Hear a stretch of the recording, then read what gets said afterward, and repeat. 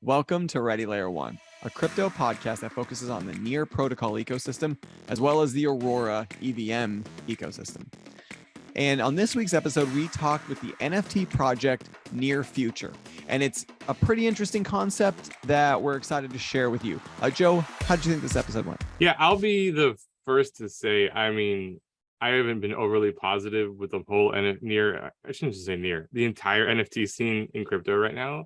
But I was really blown away by the thoughtfulness and what's going on in the near future. And I think it's an amazing case study right now of how to actually market and build a project over time, regardless of market conditions. And a surprising thing that happened in this interview is that I think Cap, who's the project runner, he's also a boo and he runs Near Future. The details that they're putting into the project is very Web3 centric, which I find they're not trying to use Web2 practices. They're really pushing a Web3 narrative. Yeah, absolutely. And if people aren't aware of what actually the Near Future is, so the project is really based around a RPG-based Discord game. So it's a choose your own adventure kind of text-based game inside of Discord. And so right now it's kind of playing inside of their own Discord. And this next mint that's coming up is actually based around upgrading essentially your bots, which are characters and players in the game. So this whole episode is so much, I think, to learn from, of not just about the game and the project and minting, but also, again, the whole marketing and engagement aspect of how they got from day one to now this second round. And I actually think this project in a few years can be a blueprint for future projects going forward. So we hope you all enjoy the show. So what is your project? We're a Discord RPG in building out the big brand of the Near Future IP. So I think that's the simplest way to kind of describe it. It's an NFT gaming project. And as the company, we're building out the wider brand as well and really pushing for that IP. So we have our whole story built into it. We have the game, which is how everyone's able to relive it and participate in it. And we're always looking to innovate and bring new things. That's where like our on-chain upgradable NFTs kind of come into the picture by us allowing everybody to change what their NFT looks like, bringing that little bit of new innovation to it. I dig that. So that's sort of okay. So what is the name that you go by, right? Because it's not changing, right? You're just upgrading certain things. It's just Near Future Primal. So that kind of plays into the story a little bit. So okay. The IP, the project is Near Future. And what we're doing is we're releasing our NEARbot collections as the characters in the story, and they are going through their own journey. So we've been in the primal age, and that's essentially mirroring how they've just awoken and they don't know really what's kind of going on. We've been playing the Age of Exaltation. So in the primal age, there's been the Lord Shaman Azur. He's been going around capturing NEARbots and sacrificing them into the Mount Thud volcano as kind of praising their Lord Maker. And so we kind of built that story. That's like a little bit a dynamic event where each week we swept the floor a little bit and then gave that out to anybody in the community who bought a rescue drone. And they were then able to rescue one of these NEARbots from being sacrificed. But you could also buy a Grimmer talisman, so you can essentially vote for them to be sacrificed. It was kind of like a little battle between them for if you're about to save them or if they get all sacrificed. And so for us, that was kind of the primal age, what we were building out. And now our NEARbots are evolving. Look, you can play them, you can activate them in the game. And so they're going to start working now. We're going out and collecting resources. We're building out our tribal civilization. So they're going to start working together in order to help build out their world and build out their tribe. And so that takes us into our classical era, where they're leveling up and they're starting to become builders of the space. Our classical era has that big sort of like builder vibe to it. I also like how it mirrors also in real life. It's like in real life, we built something and we're now taking that to market and going for that sort of thing. And the game's able to mirror that evolution that we as the project founders are able to take as we keep progressing and evolving the project. So it's all kind of built into that IP story as it's this near future and the first primal age, and now we're going into our classical age. All of our NEARbots are evolving. So Cap, I hear this is the first time that there's a Near and NFT mint burn going on the chain on your network. Or so, can you explain what that is and then what you're doing and timeline for it? Yeah, so it's on the 28th of July. That's our big mint and burn event where you're able to either A, burn your primal NEARbot in order to get our new collection, or you can mint using one of our bottle cap NFTs. So for us, releasing our second collection, our classic NEARbots, we wanted to gamify it and put it in a way where all of our holders could easily participate, but then it's also a innovative sort of way for anybody else to kind of join in and be a part of what we're building in the near future. So the way it kind of works is you could, as I said, you can burn your primal NEARbot. So if you own a primal right now, on the 28th, you'll be able to burn that NFT and then you'll be able to mint, like you'll be given the next classic. So essentially you evolve that NEARbot. The other sort of way is through minting. So we've taken a whitelist only NFT approach where in order to be able to mint, you need to own one of our bottle cap NFTs. And so for us, we wanted to, again, open it up to the wider sort of community. It's like when you're in a bear market, it's not enough just building by yourself. You want to introduce everybody else. And so that's why we had our classic art airdrop, our big classic vote, which was a Trojan horse for giving out these whitelist NFTs, where anybody who voted and participated and joined us in the meta world was airdropped a bottle cap NFT, which allows you then to mint. So those bottle cap NFTs, there's two types. You've got the red bottle cap and you've got the golden bottle cap. The red one gives you access to a 10 NEAR mint, where you can mint one classic NEARbot for 10 NEAR. And that's kind of the basic one that everyone's kind of airdropped, and we're giving out. The fun one is the golden one. So the golden one gives you, first of all, access to a discounted mint. So instead of being 10 NEAR, it's 7 NEAR, and it allows you to mint up to 3. So I always look at when I'm investing into NFT, I like to buy 3 personally. It gives me 1 to hodl, 1 to flip, and then 1 to see what happens. And it's that sort of thing. Like, cool. So if our VIPs, our golden ones, we want to give them that sort of flexibility. So they can mint up to 3. And again, to gamify it, to add that little bit of spice, there's a 25% that mint is free. So once you've minted, there's a 25% chance that you'll get a refund of what you purchased, as a way of, incentivizing it, joining in. It's a lot of the golden ones only went out to our holders. So if you own 3 or more NEARbots, that's how you're able to get the golden one. So for us, those are our most loyal and our most prominent fans and holders. So we wanted to reward them in not only a discounted mint, but to say thank you. You could also get a chance of it being free. The NFT piece of it, because, again, my players are based off of what I own in my wallet. What happens then if I sell one of my NFTs after I've been playing the game, or someone else who's been playing, and now does that skill up, does everything that bot has done, does that transfer over to me, or is it simply what I am doing as my own Discord username? Mm-hmm. Yeah, that's a great sort of question. At the beginning, it was kind of based upon the NEARbot. So it was what your NEARbot was doing, was kind of things. We then realized this isn't probably the best mechanism based upon what you just said. So it works now on like a player sort of basis. So when you're collecting these items, you are essentially like the NEARbot driver. You're in the present, directing your NEARbots in the near future. And so if you decide to trade them, that's okay, because it's just like switching out and bringing a new one in. I like to kind of think about like Pokemon, that you have your Pokeballs and you're throwing them out. And if you actually decide you don't want one, you can swap them out. And it can work quite well like that. For us, the game, you can only play with delisted NEARbots. So if you do have your NEARbot listed on Paris, you won't be able to play with them.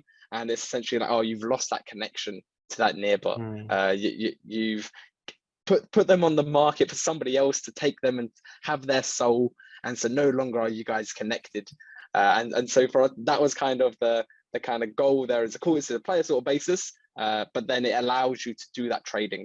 I think one really exciting part of it is you can buy a floor one, you can buy someone that completely doesn't have anything, but play the game, find the rare things, and then upgrade your NEARbot to have those. And so you can take your floor one to a very rare one by doing well in the game, as a kind of way to encourage people to say, hey, yeah, come in, play it, build up your NEARbots, and then you can sell them again. And it's kind of like you can have that little bit of like profit maximizing that sort of way by increasing the value of your NFT. Obviously, it's not the main sort of drawback of it, but it's like one of the really cool things that you can do because of it. It's like the bypass of it, like the different sort of like outcome that can happen. And that's kind of like a really cool sort of way to approach it, and to look at the games. Cool, I'm going to play this, I invest my time into it, and I get a return back because I'm able to increase the rarity of that bot.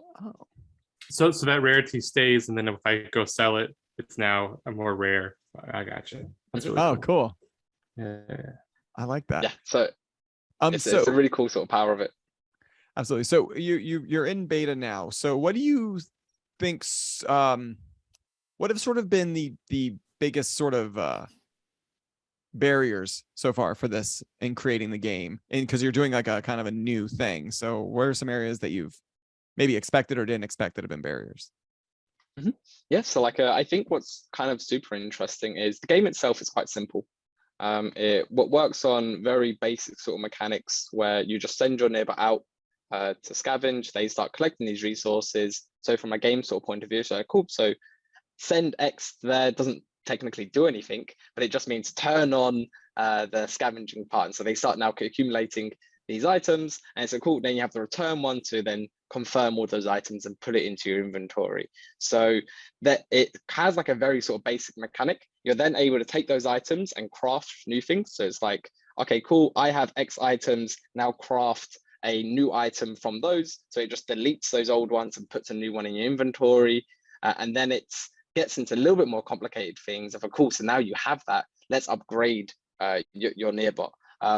That then showed a little bit of a challenge that we came over, which was the art generation. So we developed a new tool that allows us to like generate out the NEARbots from the traits themselves. The usual sort of like art generation tools that generative NFTs would have, it would be like it would look at the whole collection, do it on a percentage basis. So we weren't able to use those sort of tools for this specific circumstance. So that was one thing that we face as in kind of development. Is oh, actually we can't use these tools. Then we developed our own, and so now we can kind of work on that basis. It's integrated into the game, so in real time you're able to see what the upgrade looks like, and then once a week we'll be able to do an evolution upgrade event, which allows you to see that change on chain, and so you can actually update the NFT then. But in game real time, you can see it what it looks like, and you're able to then customize it how you want. So that was one of the key sort of things that we noticed as a kind of like building it out. And the other sort of problem that we were looking to solve is a little bit more about the ideation of it. So we are doing something new. And what does that mean? We need to invent it. You need to come up with the new thing. You need to be able to then brief that in. You need to be able to put that in a way that everybody understands and the whole team can kind of be aligned on this new thing. That sort of internal PR is a important challenge to kind of look at and to focus on, especially when you are on that sort of frontier, when you are doing things that other people may not be aware of, especially if they're busy doing a load of other things. How can you break that down and say, cool, this is what we did, this is how it works, and make sure that everybody's aligned on that sort of vision and can see what keeps being developed. So for us, that was a kind of an area we were exploring. That's where like Power of Notion coming in and being able to help systemize it so everybody can see the same picture. Everyone's looking at the same page. It then makes it easier for them to digest and have a couple calls, speak with me, and you start getting the hang of it. And I think that was like an interesting thing that we kind of found was cool. How can we make sure the team is aware of what we're inventing? Yeah, I was going to ask about some of that stuff because clearly, I mean, I know there's been like some Discord games of different types around. You know, I think we've seen like the very generic ones. But as you got into building on top of Discord and incorporating, you know, Near, not just as let's verify what's in your wallet, but like you said, being able to essentially transact and understand like, okay, this rarity is moving up. We're going to eventually do these events. You know, those type of tools that you started to build out, is there opportunities to reuse those for other things? Like, do you feel like this is more of a large, I know like it's not a proof of concept game, it's a real game you guys are excited about, and this is a real investment, but does this lead to potentially other things as you guys have been building to say, oh, wow, look at what we're actually putting together here? Yeah, so the kind of big picture, if we're kind of looking at it, is we built a tool, we built a Discord bot. And what can you do with Discord bots? Well, install them on other servers. And the ability to be able to offer that to the Near community, to be able to say, yeah, no longer does any of your NFTs have to be static. Well, if we're able to integrate this into it properly, and your system is set up in a way that works with us, because obviously not any every NFT would work. Like a one-of-one wouldn't necessarily be the perfect sort of thing to work in this sort of system. But if you have a generative set, and that generative set is made up of all these different traits, and you couldn't, for us, it's, I like the narrative. So can you work the story into it? Can your NFTs travel to the near future and be able to then become dynamic and start upgrading and building the civilization with our NEARbots? I think that's like the true sort of like power in it, is where the goal is, cool, we've built this bot. Once we've nailed it down and everything's working properly and it's all nice and smooth and we're on our 11th upgrade of the NFTs, it's like, cool, now let's start sharing this with the world. So we always have that bigger sort of vision of being cool. We've built something, now we can provide it to the wider community so everyone can kind of benefit from what we've been able to do.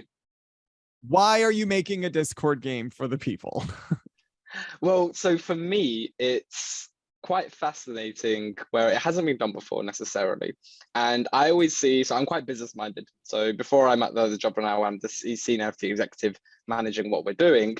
I started my own agencies. I was based in marketing, very entrepreneurial, starting that sort of basis. And the way I kind of look at business is the best sort of way to succeed is you either want to invent something new in like a blue ocean, which hasn't necessarily been done before.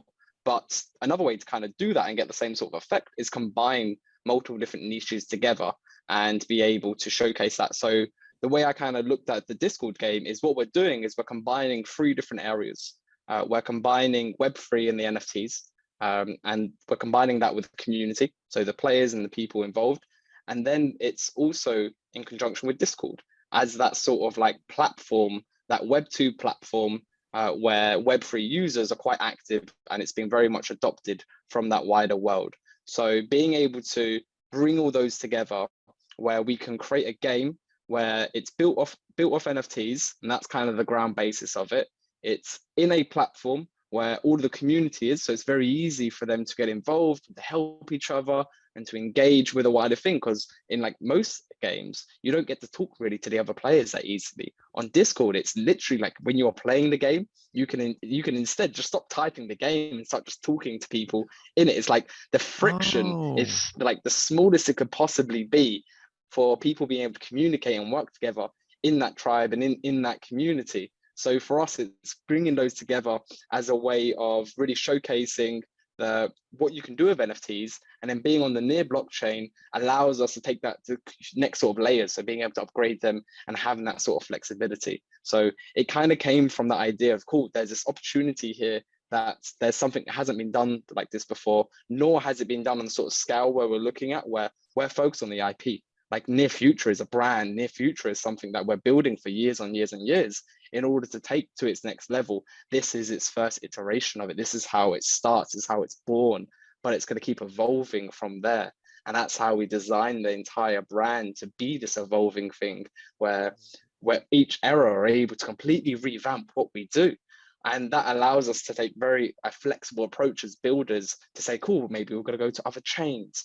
Maybe we're going to be able to introduce a new game and actually make the full thing. Maybe we're able to branch out into pop culture and go more comics and build out the story more. It's like, well, we're able to take that flexibility each era to have, okay, what is the purpose? Like the primal age was us beginning. Like this is our like rough start, how you learn, how you make the mistakes, how you kind of go through that sort of period and you start figuring things out. Now we go into our classical era. That's our builder era. That's like, cool. We can showcase all we've been doing. So we're going to jump into classical era in a second. So let me, I'm going to just sort of like repackage a little bit what you said there to try to make sure I'm making sense of it. So it's kind of parroting back. So from what I'm saying is, so you've got the Near Future NFT, and that currently is on the Near protocol or the Near ecosystem, right? So that, that NFT, and what's on the Near ecosystem is your actual NEARbots, which are the players that started out, and also some of the backgrounds, there's primal, Egyptian, and stuff like that, right? So that lays on Near. So that is why someone would go to Near to get the assets to then play the game. The actual game is on the Discord server. And so, but they can connect, right? Because you can connect your wallet to Discord, you can connect your Near wallet to Discord. So you actually have to, so you've got your Near, you get your NEARbots, and then you connect your wallet to Discord, and then you can start playing the game fully. So like your ticket to play is a NEARbot for the most part. And you can get depending on the range, you can get the floor price NEARbot, and you can still play and have a good time. And you can have different levels of maybe success and scavenging and stuff with higher level, more expensive, maybe NEARbots.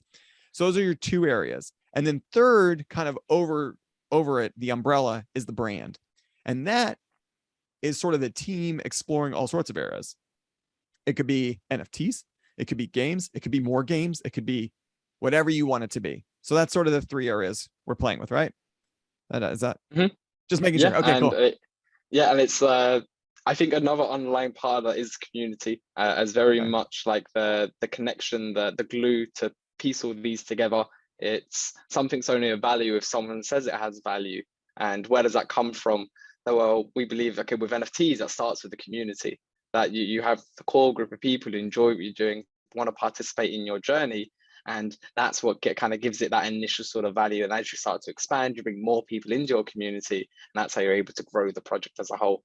Let's geek out on marketing for a second. Web 2 marketing is all about tracking, targeting, and just funnel ads to humans as they give up all their information in hundreds of touch points. Like it's all about that creative, all about just like, how many A/B tests can I do? Let me just make sure I'm targeting the right specific person, contextualize that to them, and just flood them with ads and watch that sales funnel come in. Web 3 is all about reputation. Exactly. It's a lot more ground roots and you can't fake that. No, and then how do you reward that reputation or your reputation? How do you then, let's say target, but how do you reward your holders, NFTs? And yeah, you don't have their personal information. You don't have their address, the last websites that are tracking them, all their friend group, their video topic clusters. Like, no, you just have that they're holding something which has value, and you can target them with a gold bottle cap, a red bottle cap. And man, that's such a basic concept that will then be expanded, I hope, over the next decade. So I think you did a really good job.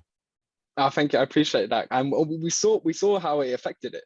For us, it's always useful to look at the data and to be like, okay, cool. So what did it do? Well, the whole purpose of it was to drive demand for our primal NEARbots. It took our floor from 5 to 8 near because we were doing the airdrop, because we were saying, oh yes, if you own a NEARbot, you're going to get rewarded with this other NFT. I think that it's a very powerful sort of like concept to be able to push forward, and it was definitely a really cool event. Allowed us, as you said, to give back to the people, and then I love the little Trojan horse as well. Having that meta world, we worked with an affiliate to kind of build that, the amazing devs over there to kind of bring that to life, and it was definitely like a step up. It was like cool. So we were initially just going to have a website. It's not. They were like, cool, we can build a world, and I was like, yes, build the world. And then what I loved was the art. Like, so part of as we're going through and creating stuff is we always do like a graphic sort of roadmap, and our classic one, or even our primal one, it fits so perfectly in that world where it literally made you feel like you were there and you were then traveling around. And it was like, that was such a beautiful little thing that we didn't expect. And then suddenly it was like, yes, we have this perfect asset to use here to make everyone feel like they are traveling into the near future. Yeah. Thought it was great, man. Really, really good. Yeah, I think one of the things, going back to like the voting piece too, is the kind of like quasi forced engagement piece of it, where then people feel like that, I am truly part of the project. Because, a theme that we deal with, we talk to all these different founders always, is that like, how do you keep people engaged in your Discord, and it's something that, like, we've actually talked to you before when you came on representing the booze, of like, people have their home Discords. How do you keep them part of this? And the type of activities, and like what I was so impressed with, not only did the voting look really cool, like it was just really so well done and like easy to use, but like I now, I am not in your Discord that often. I'm just not. I have, my day does not allow that to happen. Right. It's difficult. Like there's so many amazing projects, you can't be in all of them. Right.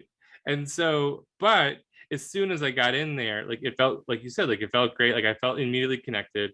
I was like, oh, I felt passionate about which one I voted for, like I wanted the Egyptian theme, so I was like, and all of a sudden, that little bit, and it's like, oh, okay. And then you check your wallet and it's like, okay, yep, good. I have 3 still, and like you're instantly re-engaged. And those are the clever things that I think projects are missing often, of, they're so worried about, floor price, or, secondary sale, or just trying to give these like staking, right? Or just like, I'm going to just stake everything, to instead engage them. I really thought that was super clever. Do you see this as a model to allow other projects to piggyback onto what you're doing? Yeah, like it's the sort of thing where releasing a new collection, we take like a quite a big sort of approach where it's like, cool, we're going to be releasing this big thing to the world. We're expecting people to come in to invest into what we're doing, and making sure in the lead up to that that we are having that full sort of campaign, that we're doing multiple things throughout this to reintroduce everybody into our world, and so they can feel like they are joining us for the journey. For us, the vote was also a big part of, okay, what does classical era look like? It was for us, we wanted to look at 3 different areas, the ancient Greece, the Roman Empire, or the Egyptian dynasty. And we were like, cool, let's allow the community to decide what we do. And that's like the vote is like an amazing sort of thing, because it not only allows you to engage community, get them involved with what you're doing, it allows them to have their say, allows them to have that power to do it. And it then, if you package it right and you put it in the right sort of way, it's this beautiful sort of intriguing time to be able to come into our world. So I definitely think it's something that lots of other projects can kind of learn from. Essentially, at its grassroots, it was an airdrop to everyone. That's essentially all it was. In its basic sort of like form, was anybody could come up and do it. As for us, as long as you're a near gen, as long as you've invested into the near community in any sort of capacity. So we had all of our favorite sort of projects there. Obviously, there's probably a few more that weren't there, but we tried to get as many as we possibly could into that. And that was like a big sort of like mission on the back end as well, organizing all of that, like DMing everybody, organizing all the collaboration posts, getting it all out there into the world. And so those sort of events, I think everybody can follow.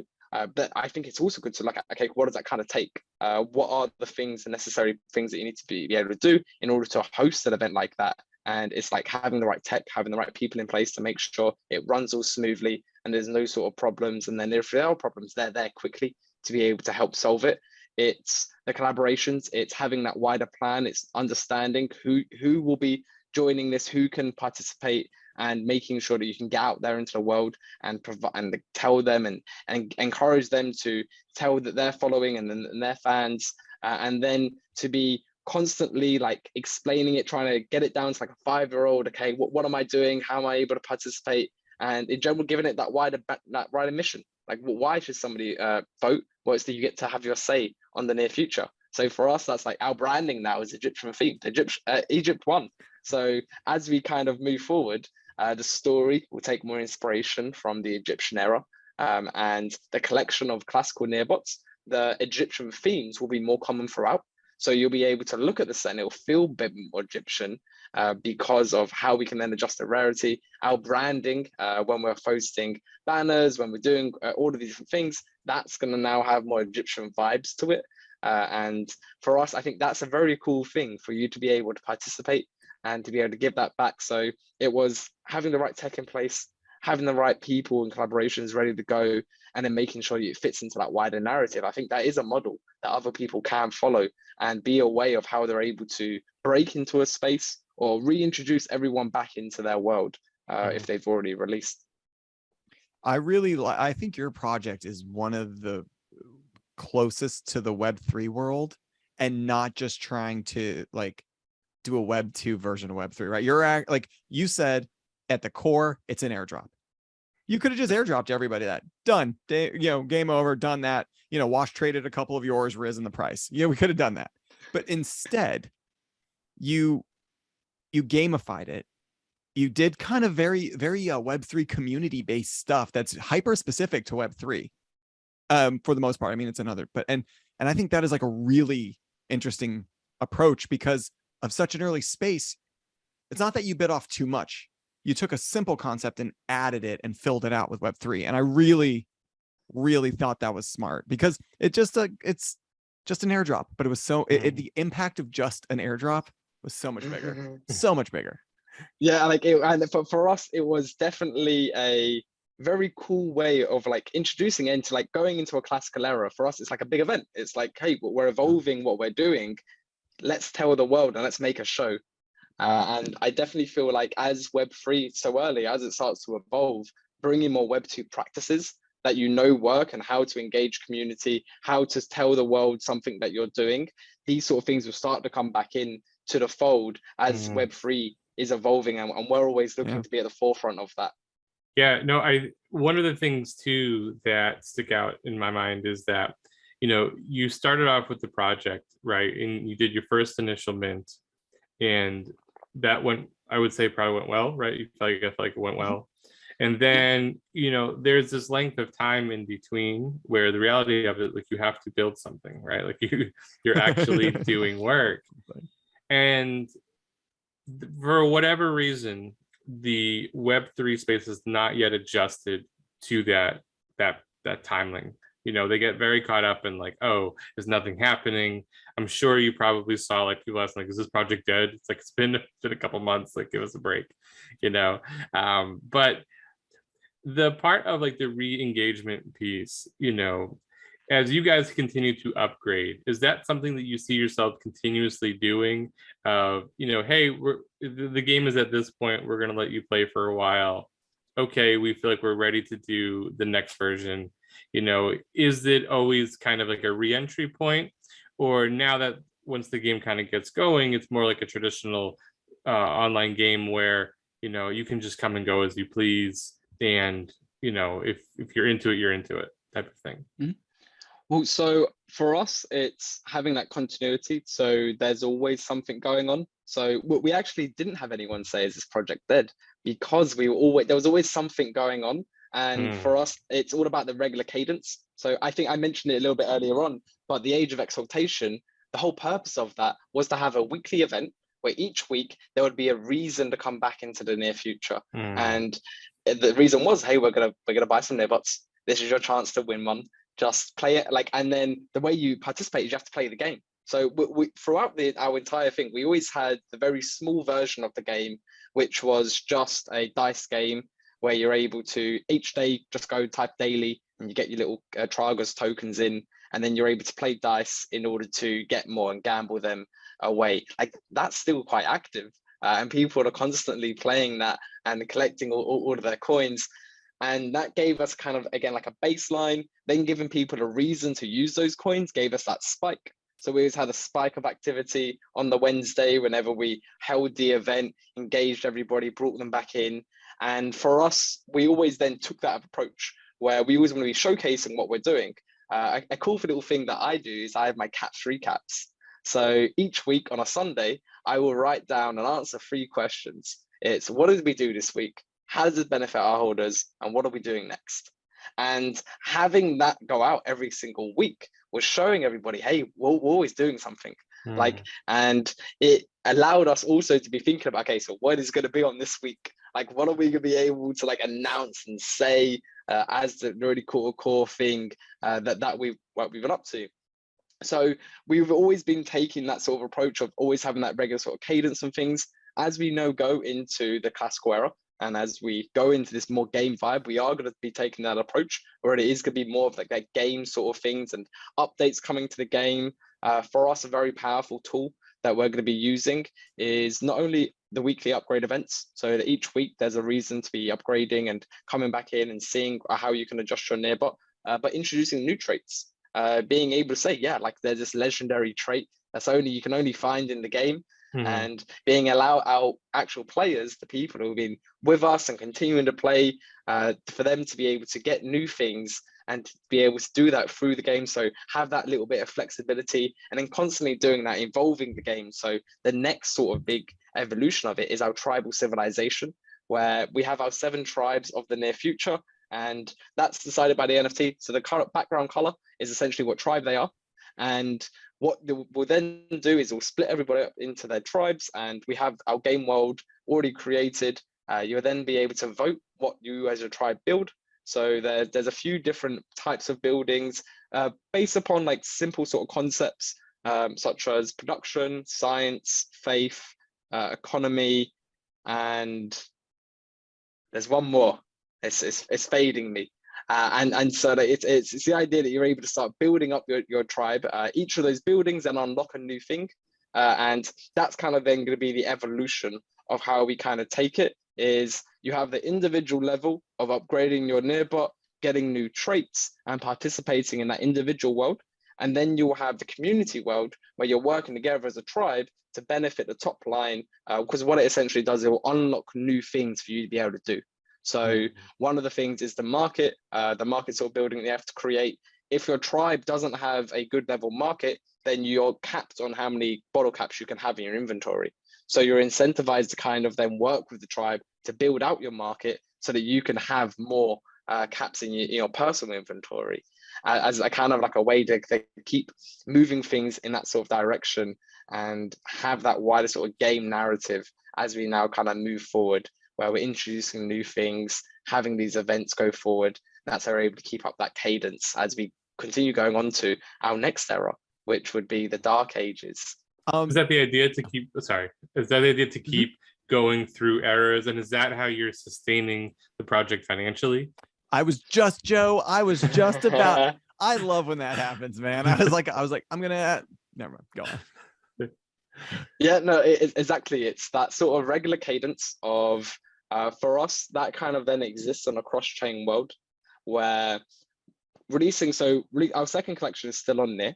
And the reason why that is because one, we think the art is phenomenal and it's like a very much a big upgrade. And we want to make sure that all of our NEAR holders can participate and get that sort of thing. It also fits into that kind of narrative of like the primal ones being the learning era. It's like kind of where we landed. We think then the classical era we learn and we're now building from there. And then when you go into other chains, you're then able to release a whole new collection for us that then adds in the element of cool. So now you can upgrade these NFTs. You can upgrade your Soul NFTs. You can upgrade your AVAX NFTs.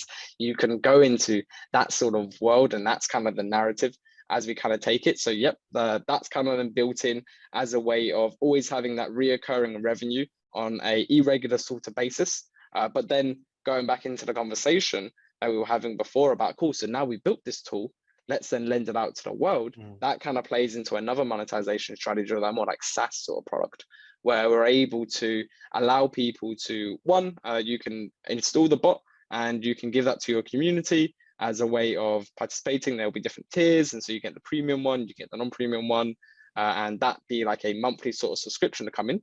But then also playing on the partnership sort of level, where if you're a partner, because obviously right now you need a NEARbot to be able to play the game. And if you don't have a NEARbot, well, then you can't play. But if we have a partner, if the partner sweeps a load of NEARbots off the floor, then we say, okay, cool. So your collection now has the NEARbots to be able to use, and their community is either A, able to direct those NEARbots, or B, if it's a top tier sort of partnership, they'll be able to integrate them into our game. And so they can enter the near future and be able to upgrade their sort of NFTs as that sort of way. And so for us, what we've kind of built is that way of not only having that big sort of story and having those big sort of collection mints, and that's why the mint and burn next week on the 28th is going to be pretty sort of exciting as a way of cool. This is like the big sort of event for it. And then we're going to be building in these other sort of revenue models to make it sustainable, because I always think that's such an important sort of factor. An NFT project that relies solely on mint revenue isn't going to succeed in the long run, because mints are essentially you saying, hey, I am doing something, invest into what we're doing to get this NFT. And especially in the bear market, like people aren't just going to be like just FOMOing in all the time. It's like, give me the reason to jump into this world.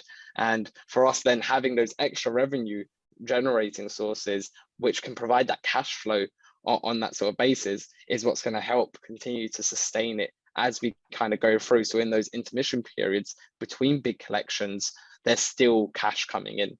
Gotcha. So real quick, I think I just caught something there. So in the future, like first off, the cross-chain usability of this is super cool, because you know I'm definitely more of a cross-chain maxi. Can that even be? I'm a cross-chain maxi. Like, you know.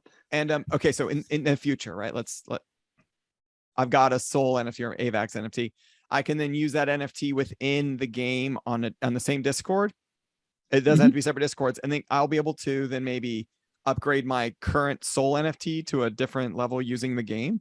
It's It's cool. Yeah, and for us, that's why the top line is always the IP and the brand. That's what we're building, and that gives you the flexibility as you move forward to go into other endeavors, to be able to expand upon what you're doing and take that sort of like rational sort of approach where it's like, cool, there's an opportunity, let's take it. We've built the IP, we've built the brand, we can leverage this opportunity. Yeah. Right. This is a side note. The current NFT, right? The current NEARbot, we're burning those. We're burning those. So those will disappear. The art of those will be gone. Yeah, so like if you decide to burn it, obviously there will still be NEARbots out, primal NEARbots out there. Not everyone will burn their NFT. Our current supply is around 2,000. We're kind of expecting around 100 to 300 to be burnt. As kind of like that sort of like range. Yeah, well, yeah, because like a lot of the time, a person, like if you burn your NFT, that's it. Like you lose that value, so you can no longer sell the NFT, and our floor price is greater than what the golden caps are. So you're better off doing it. So that was at the beginning. Again, that was also part of the strategy behind the bottle caps, is that it creates an arbitrage opportunity in the short run. While the floor price was lower than what the bottle caps were, you want to buy the primal so you can just burn it later and you save a little bit of NEAR. Now it's a little bit late, but it's like that. It's that sort of thing where you can get the bottle cap and then that can kind of get in. The golden one obviously has the chance of it being free as well. So you're able to play on that sort of like level. But if I'm going to start collecting all these things and go chain to chain with you, I'm going to want 3 of the OG ones. I'm going to want 3 of the Gen 1 or Gen 2, however you label it. I'm going to want 3 of the Soul, 3 of the AVAX, 3 of the Oasis Network. I don't know where you're going, or Oasis Protocol. I don't even care. So wherever you go, want to get 3. Yeah, and it's pretty cool because also the free allows you to, like, each time we are going to have that sort of burn mechanic, so you'll be able to like burn one of your NEARbots in order to get to the next collection, and that's like, it's a really cool sort of dynamic where you're able to consistently, if you've been holding for a while and you have a NEARbot that you think's ugly, and you haven't been able to upgrade them in the game because you haven't been able to find the traits that you want, it's like, cool, I'm just going to burn him. Let's just sacrifice him and I can get a new shiny one. And the cool thing about it is that it's all random. So you could burn a floor and then mint one of our one-of-ones that are in the set. So in our classic set, we've hidden a load of these one-of-ones. We have about 50 unique ones that our artist has specifically created. And that, like, it adds in that little bit of element. It's like, cool, if you burn a primal NEARbot that looks ugly and then you get this beautiful classic one-of-one, it's like it's a really cool dynamic, and I'm curious to see if anyone's lucky enough to have that happen. So right now, buy as many floor NEARbots so I can burn them all. I have a technical question. I don't know if you can answer, but one of the things I think about when I hear all the things you're trying to do, especially with the upgrades and everything else, did you run into limitations with the NFT structure that or if you felt like if you could kind of redo some of how the NFT protocols are set up, are there things that you guys wish were available that you could have maybe added to the game? Are there suggestions that you feel like could come down the road that would help NFTs in these type of scenarios? Because I'm sure you guys are trying to really push the limits here, but the NFT protocol itself, even on NEAR or anywhere, is really still somewhat limited. So I wasn't sure if you kind of came up into anything like that. Yeah, so me personally, I'm not the dev, so I can't dive into the smart contracts. However, I have been like coming up with doing the upgrades. But we work with Tank to be able to actually do the upgrade, and because they minted our first collection, so they're able to then update it and change the metadata. But there was that kind of then back end of preparing everything for that. I remember like a couple of times I had to rewrite the entire metadata because I had to go in and change all the trait names, make sure they were aligned with what was in the game, and connecting and making that sort of like thing happened. And then with the actual upgrading an NFT, it's all done on the command line, that there's not exactly a front-end interface in order to be able to do it. And if you want to introduce a new trait, it's going through and doing it on the back end to introduce it. So for us, the challenge was this hasn't been done before. And so everything that we're doing is on the back end. And there isn't that easy to use front end interface that makes it a more seamless sort of process. That you want to be working with the best quality people to make sure that that's all running smoothly. It will be part of the long-term sort of goals in order to be able to build out a front interface for that. But from the building sort of perspective, starting from the grassroots, that was one thing that we found quite interesting. Sure. Versus, like, if you're doing something that's already been done before, is like it's all on the back end, and it's a quite interesting sort of approach to be able to then take that to the market. And for me, as like a non-dev, for building it and to inventing it and working with the right people to be able to do that, it was quite a cool sort of experience. Sure. So a lot of it still is probably manual, like that's why you're having like the weekly event and type things like that, because you have to actually control it. Sure. Yeah, so like it's generating out all the images. So essentially what we'll do on a Tuesday, we'll take a snapshot of the database. The way that database works is it's literally the metadata. So when you are upgrading the NEARbot, you are changing what that metadata for that bot looks like. I then export it, generate out all the images using the new script we created. And then from there, we're able to upload that to IPFS, and then I'll update the smart contract on the back end. So that initial process of the upgrade at the moment is that sort of manual thing. And eventually you can kind of evolve that, and you can take that to the next sort of stage of being able to automate it, and that database snapshot taken automatically, and then the art generation images immediately then done from there. So you can take that sort of approach as you're kind of doing it. But as I said, as we're in the grassroots, we're still going through that sort of process. That sort of manual thing is where we're at. It also accounts for like the indexing. So being able to for actually to show on Paris that your NFT has changed, we've worked with Paris in order to be able to do that re-indexing. We've set up an API to kind of do that automatically on a Wednesday at 4 p.m. 4 p.m. UTC. So then we're able to introduce more automated effects as we kind of move forward. But it's kind of like that sort of like start that grassroots, invent something new. Well, you have to do it one step at a time. Yeah, no, that makes sense. I mean, I really appreciate, and I'm sure it's been a big challenge for you guys, but and this is, I think people should probably recognize, this is not like a near thing. This is a Web3 type of situation where all this is so new that to start putting in these type of pieces is going to benefit everybody long term. By you guys being able to, work with the marketplaces to say, here's how to re-index. Eventually you'll come up with a solution that probably is more automated, and that can help other people. All of this different type of stuff. That it's not a remint or a new mint. It's this type of conversion, and I think all of those things, people seeing that, is probably going to spark new ideas. So I think hopefully people hear about this and see this not just from Near, but across all the chains, because again, there is a lot to learn about what you guys are doing, and I hope you guys keep sharing all of this. Yeah, and Joe, I love the reason, man, Joe, I really like how you worded that, because I was going to say, like, you're doing a lot of work. Like, we interview a lot of projects, man, and like the energy that you've put into Near Future from just this conversation, and I listen to some spaces here and I keep up with it, like casually. I pop into the Discord here and there.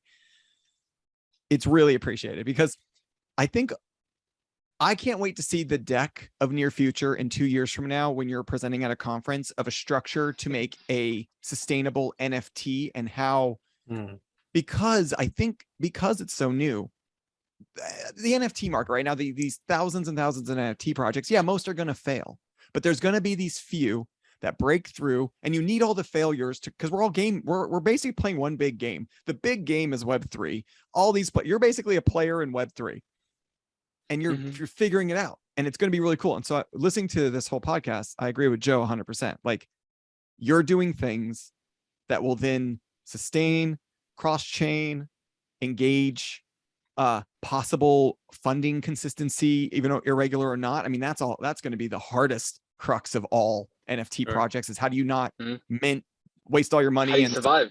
Yeah, how do you survive? It's like you're in a bear market right now. Yeah. The main the goal for any NFT project is survive.